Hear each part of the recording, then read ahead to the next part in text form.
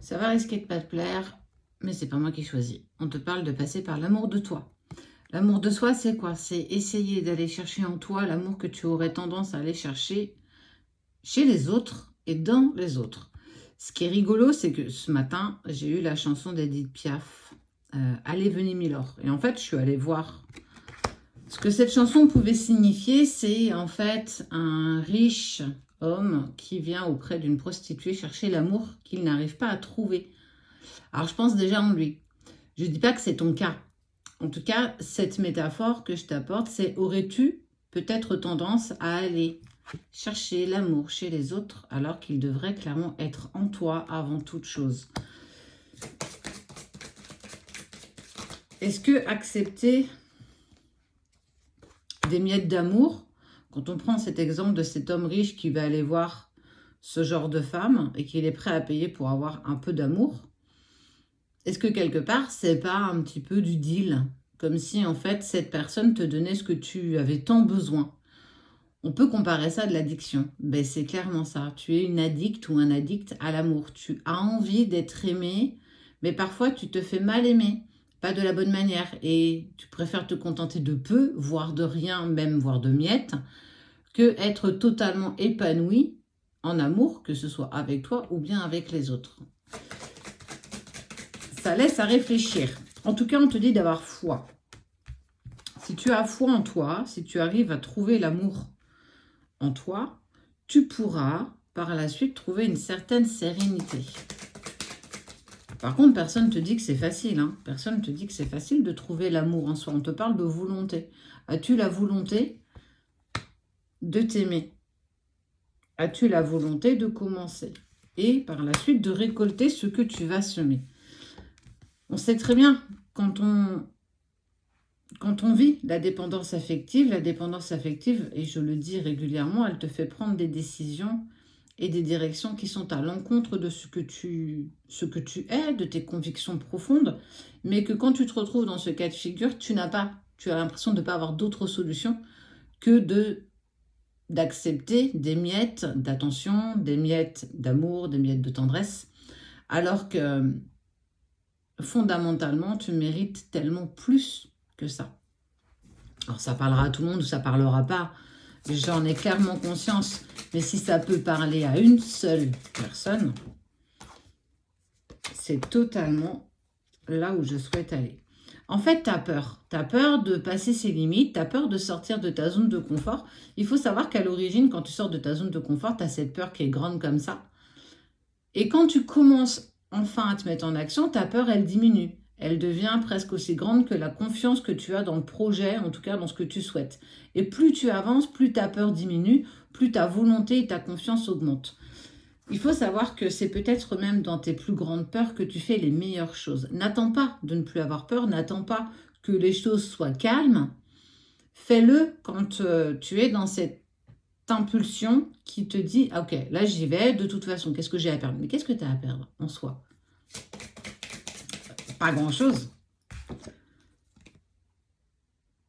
À part être dans ta propre réalisation, être dans ton propre pouvoir de création. Et on te dit qu'en passant par là, tu vas clairement te réaliser. Tu attireras à toi des personnes qui seront en accord avec toi, mais surtout qui t'aimeront comme tu le mérites, qui te respecteront pour ce que tu es et non pas pour ce que tu apportes. Et en fait, on sera dans un véritable échange de désirs, d'envie et non plus de besoins. Tous tes besoins devraient être palliés par toi-même et non pas par les autres.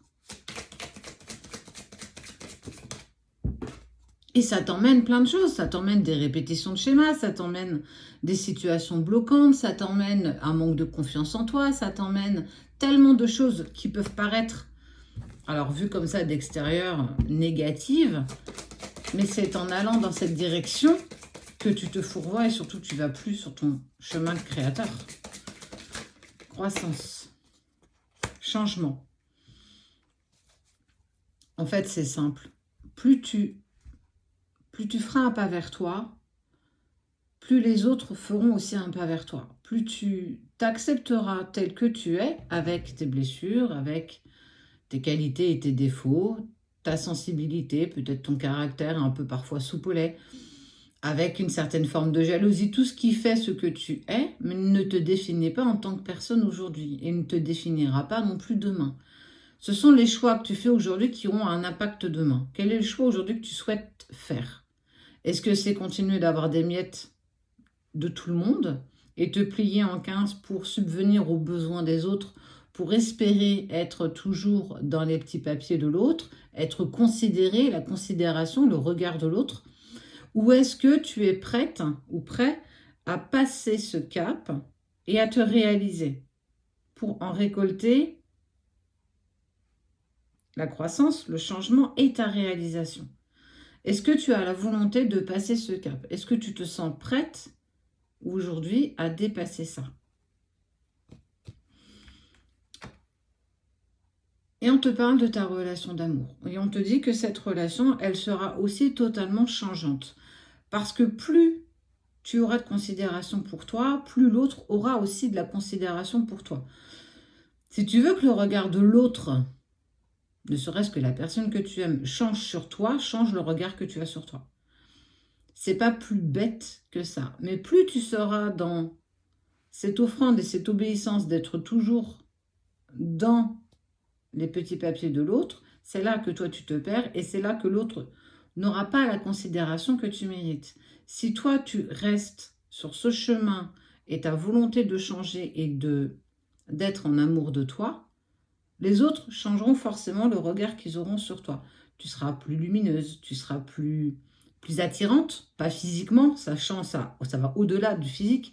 Tu seras cette personne que tu as toujours été. Et viendra à toi la pureté et la gratitude. Ce pas, il peut être compliqué, il peut être difficile, mais tu as cette capacité de pouvoir le faire. Encore faut-il que tu prennes ton pouvoir de création, que tu ne sois plus dans tes croyances limitantes, que tu ne sois plus non plus dans la non-acceptation de ce que tu es. Sois simplement toi, sans artifice, juste toi. Et tu verras que tout se mettra en place parce que le regard de l'autre changera, parce que tu seras plus dans l'attente de l'autre. Il ne sera que la cerise, que je dis très régulièrement, posée sur ce gâteau qui est le tien, pas celui du voisin, le tien. Ce gâteau, c'est toi. Le plus compliqué, c'est ta déconstruction. C'est pas tant la construction ou la reconstruction, c'est couper avec ce que tu étais et ne plus oser regarder en arrière. C'est ça peut-être le plus dur. C'est ne pas être nostalgique d'un passé. C'est accepter de faire un point, mais un véritable point final pour finir ce chapitre et en ouvrir un autre. C'est pas la fin de quelque chose. C'est un chapitre qui se termine pour en ouvrir un autre. Plus tu seras dans cette complétude, mais surtout aie foi en toi, aie foi en ce que tu ressens. Tu es totalement dans la capacité de pouvoir commencer à t'aimer un tout petit peu.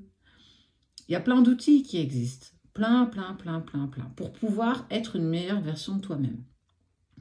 Quoi qu'il en soit, le message que j'ai à passer aujourd'hui, c'est que si tu as la volonté de changer les choses, l'autre changera le regard qu'il aura sur toi et clairement amènera avec lui le changement.